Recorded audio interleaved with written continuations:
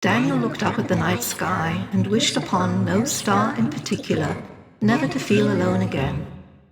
Over the years, he had called upon all the stars, together, separately, by system, and by galaxy. He was sure he had run out of options for wishing.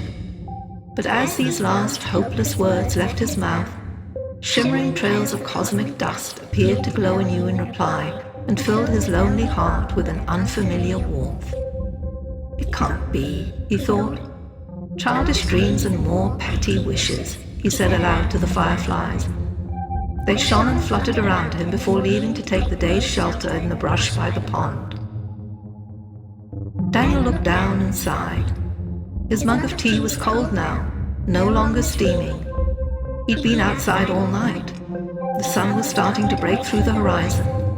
He took one last sip and threw the mug's contents to the dirt below him.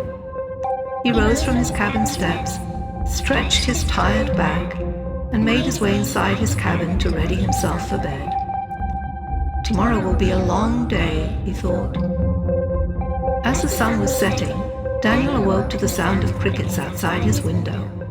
"You're better than any alarm clock," he said to them through a crack. Their chirps grew louder in reply, a sweet song that made him smile. A breakfast of hot oats and a cold shower, a steamed suit, an ironed shirt, and a blue silken tie, his best boots. He was ready for his day off. Skipping on his way to the door, Daniel stumbled over his favorite armchair. "Sorry," he said with a chuckle, righting the chair. "And good night to you," he said to the mice gathering in the kitchen. He waved to the house critters and exited his home with a flourish.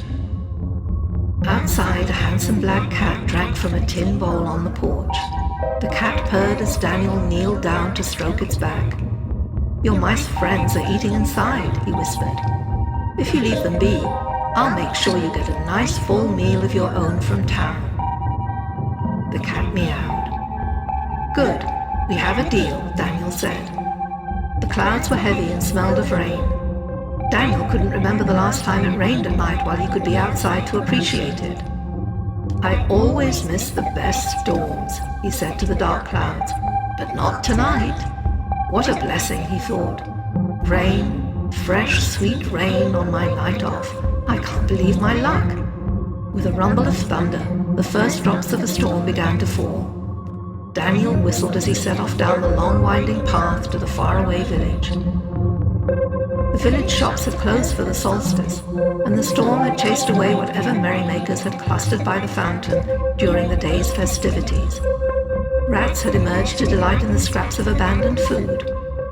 "You don't mind the rain, do you?" Daniel yelled above the rain. "I don't either. It makes me feel so alive." The rats stopped chewing long enough to look up from their meals and regard Daniel. Dozens of tiny black eyes illuminated with the sight of him. Beautiful white spheres. "I don't mean to interrupt you. Please," he said, motioning to their feast. They turned away, but the kind image of Daniel's warmly glowing face lingered in their eyes. Through the clattering rain on the cobble street, Daniel heard a distinct clicking in the distance. He scanned the fountain square and spied a large doe at the border, patiently awaiting its turn. "I'm sure they won't be long," he said to the deer. "Their bellies can only take so much." The deer grunted and headed back for the woods. Daniel admired a mess of wet streamers in the town square, the remnants of celebrations past. He regretted he would not see it in the morning sun. The festival must be beautiful, he thought. But work is work, and I have the best job in the world. "Yes, you do, but it would be better with someone to share it with," a voice in his head nagged.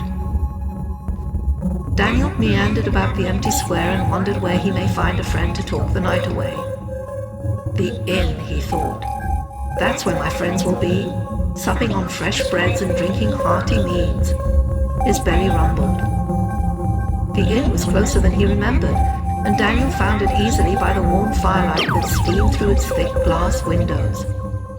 He stopped at the threshold to collect himself, and he took in the sounds of companionship, cheerful laughter, a bard's drunken song, and the clinking and clanking of mugs and battered silverware.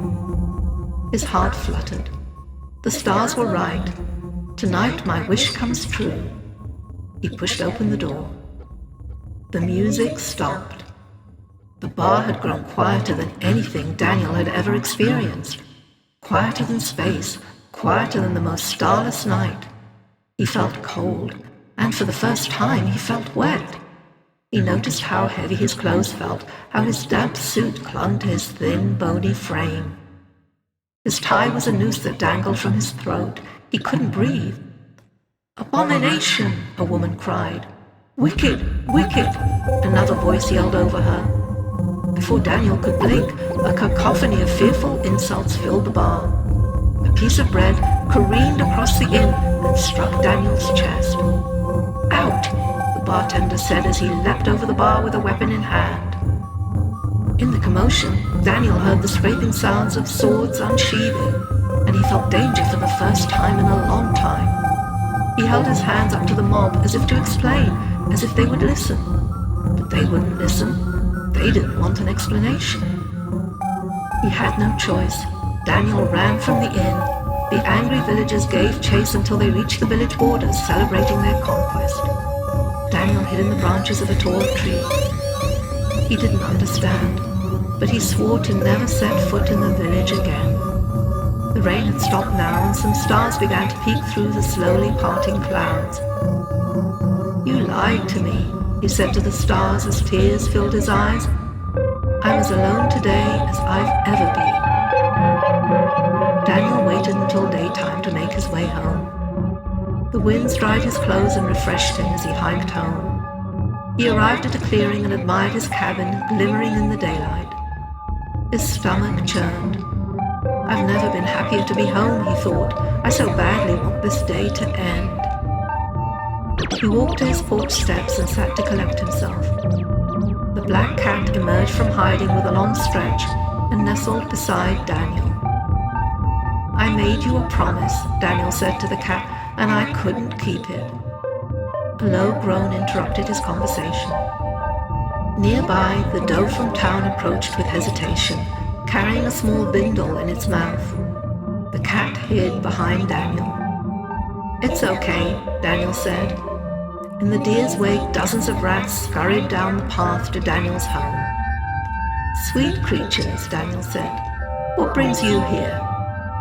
One by one, each rat approached with scraps of cheese and bread to place at Daniel's feet. Their offering complete, the rats settled in beside Daniel, the deer, and the calming cat.